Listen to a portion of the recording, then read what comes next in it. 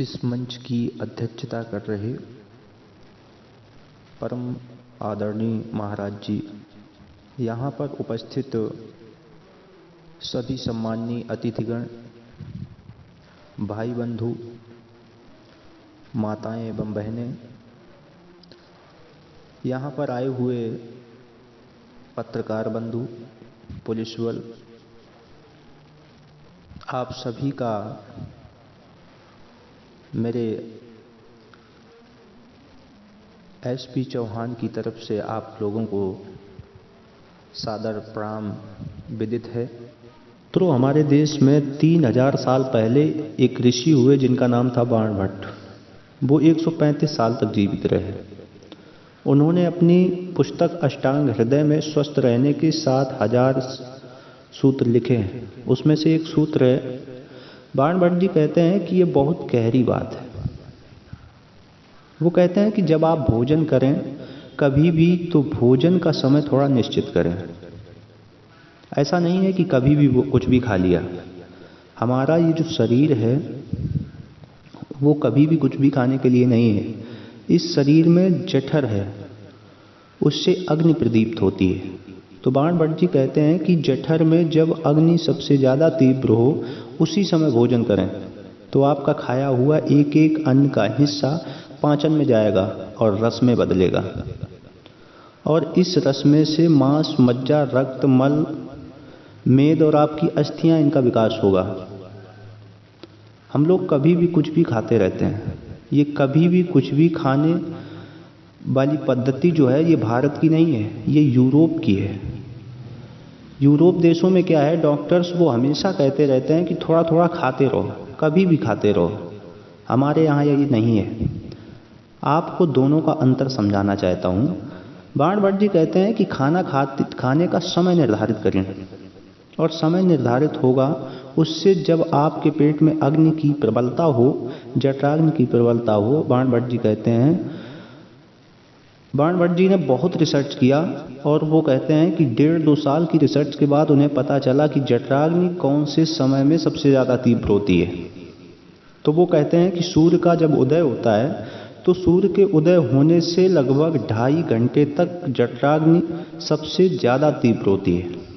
मान लो अगर आप चेन्नई में हो तो वहाँ पर सूर्य उदय होता है 7 से 9 बजे तक। तो जठराग्नि जो है चेन्नई वालों की वो सबसे ज़्यादा तीव्र होती है इसी समय। हो सकता है सूत्र अरुणाचल प्रदेश में अलग हो, सिक्किम में अलग हो, गुजरात में अलग हो, भिन्न भिन्न जगहों पर भिन्न भिन्न हो सकता है। तो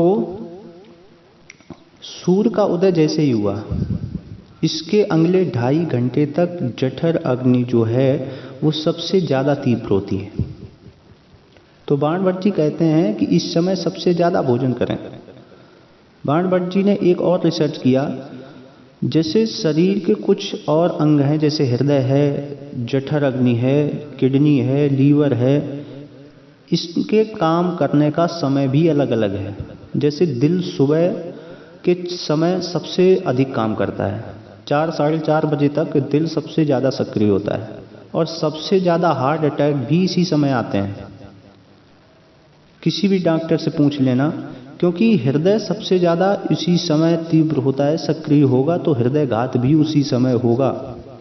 इसलिए 99% हार्ट अटैक जो है वो अर्ली मॉर्निंग में ही आते हैं। इसलिए इस तरह हमारा लीवर जो है, लीवर है, किडनी है,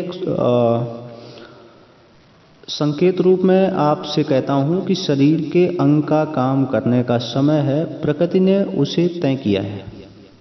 तो आपका जठर अग्नि जो है वो सुबह 7 बजे से 9:30 बजे तक सबसे ज़्यादा तीव्र होता है। तो उसी समय भरपेट खाना खाइए, ठीक है।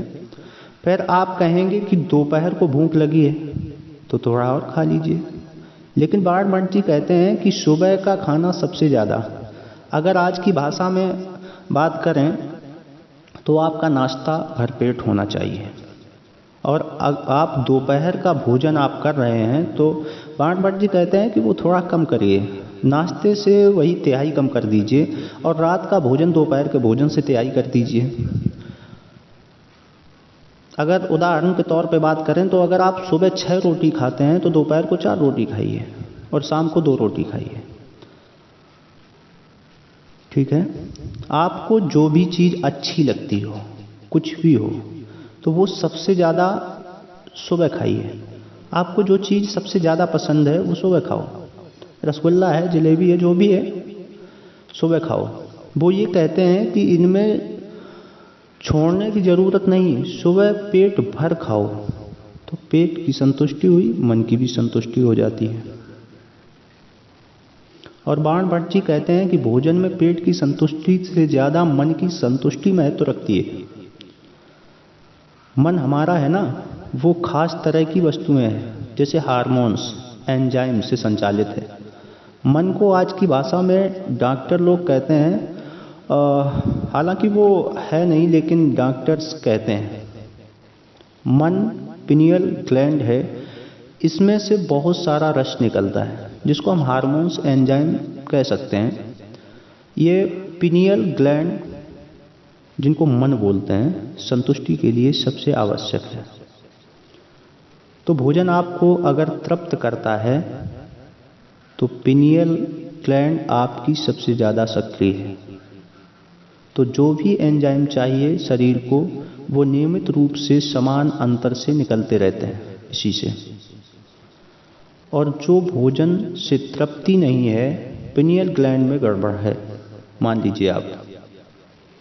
और पिनियल ग्लैंड की गड़बड़ पूरे शरीर पे असर होता है और आपको तरह तरह के रोगों का शिकार बनाता है।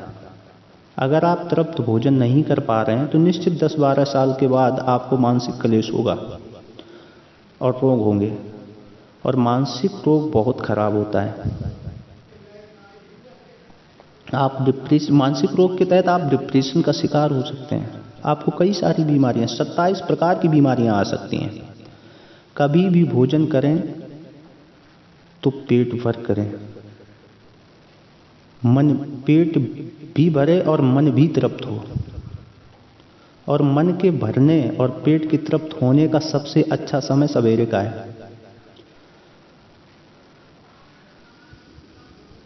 ये बाण भट्ट जी के सूत्रों के चारों तरफ देखना शुरू करेंगे तो आपको पता चलेगा कि मनुष्य को छोड़कर जीव जगत का हर प्राणी इस सूत्र का पालन कर रहा है। मनुष्य अपने को होशियार समझता है, लेकिन मनुष्य से ज़्यादा होशियार जीव जगत के प्राणियों में है। आप चिड़िया को देखो, कितने भी तरह की चिड़िया हों, सवेरे सूरज निकलता है तो खाना शुरू कर देती हैं और पेट भर के खाती हैं, है ना। 6 बजे के आसपास राजस्थान, गुजरात में जाओ, कहीं पर भी जाओ, हमारे उत्तर प्रदेश में आओ, सब तरह की चिड़ियाँ अपने काम पर लग जाती हैं, खूब भरपेट खाती हैं और पेट भर गया तो 4 घंटे बाद ही पानी पीती हैं। गाय को देखिए, सुबह उठते ही खाना शुरू हो जाता है। भैंस, बकरी, घोड़ा सब सुबह उठते ही खाना शुरू कर देंगे और पेट भर के खाएंगे, फिर दोपहर को आराम करेंगे। तो यह सारे जानवर, जीव जंतु जो हमारी आंखों से दिखते हैं और नहीं भी दिखते हैं, ये सबका भोजन का समय सवेरे का है। सूर्योदय के साथ ही ये सब भोजन करते हैं, इसीलिए हमसे ज़्यादा स्वस्थ रहते हैं। जानवर जो हैं वो मनुष्य से ज़्यादा स्वस्थ रहते हैं, हमारा जो अनुभव है। मैंने आपको कई बार कहा है, आप उस पर हंस देते हैं। किसी भी चिड़िया को डायबिटीज नहीं होता, किसी भी बंदर को हार्ट अटैक नहीं आता। बंदर तो आपके नज़दीक है ना। शरीर रचना में बस बंदर और आप में यही फर्क है कि बंदर को पूंछ है, आपको नहीं, बाकी सब कुछ समान है। तो ये बंदर को कभी भी हार्ट अटैक नहीं आता, डायबिटीज नहीं होता, हाई बीपी नहीं होता। होता है? बताइए। एक डॉक्टर की रिसर्च में बता रहा हूँ, प्रोफेसर हैं, बहुत बड़े प्रोफेसर हैं, मेडिकल कॉलेज में काम करते हैं। उन्होंने एक बहुत गहरा रिसर्च किया कि बंदर को बीमार बनाओ, तो उन्होंने इस तरह के वायरस और बैक्टीरिया बंदर के शरीर में डालना शुरू किया, कभी इंजेक्शन के माध्यम से तो कभी किसी माध्यम से। वो कहते हैं मैं 15 साल तक असफल रहा, बंदर को कुछ नहीं हो सकता।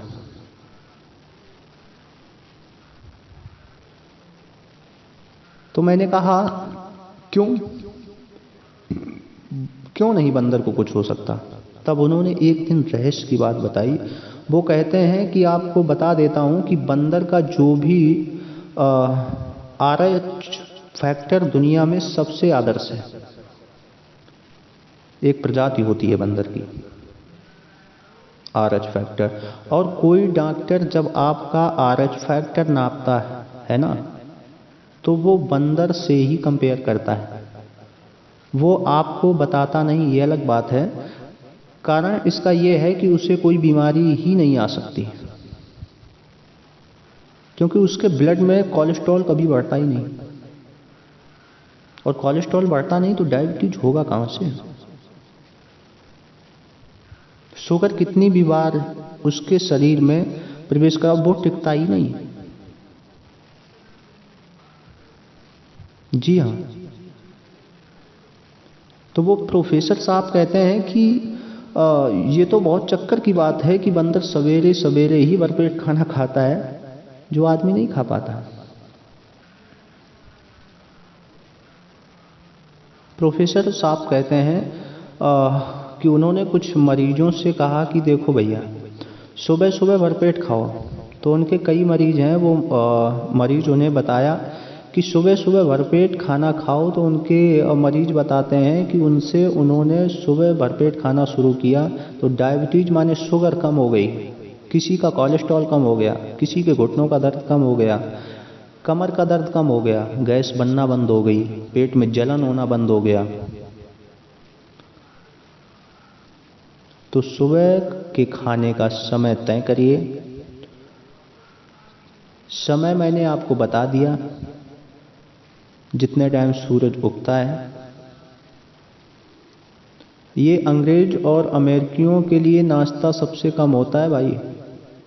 वो लोग नाश्ता हल्का करें तो ही उनके लिए अच्छा है, भारत के लिए अच्छा नहीं है।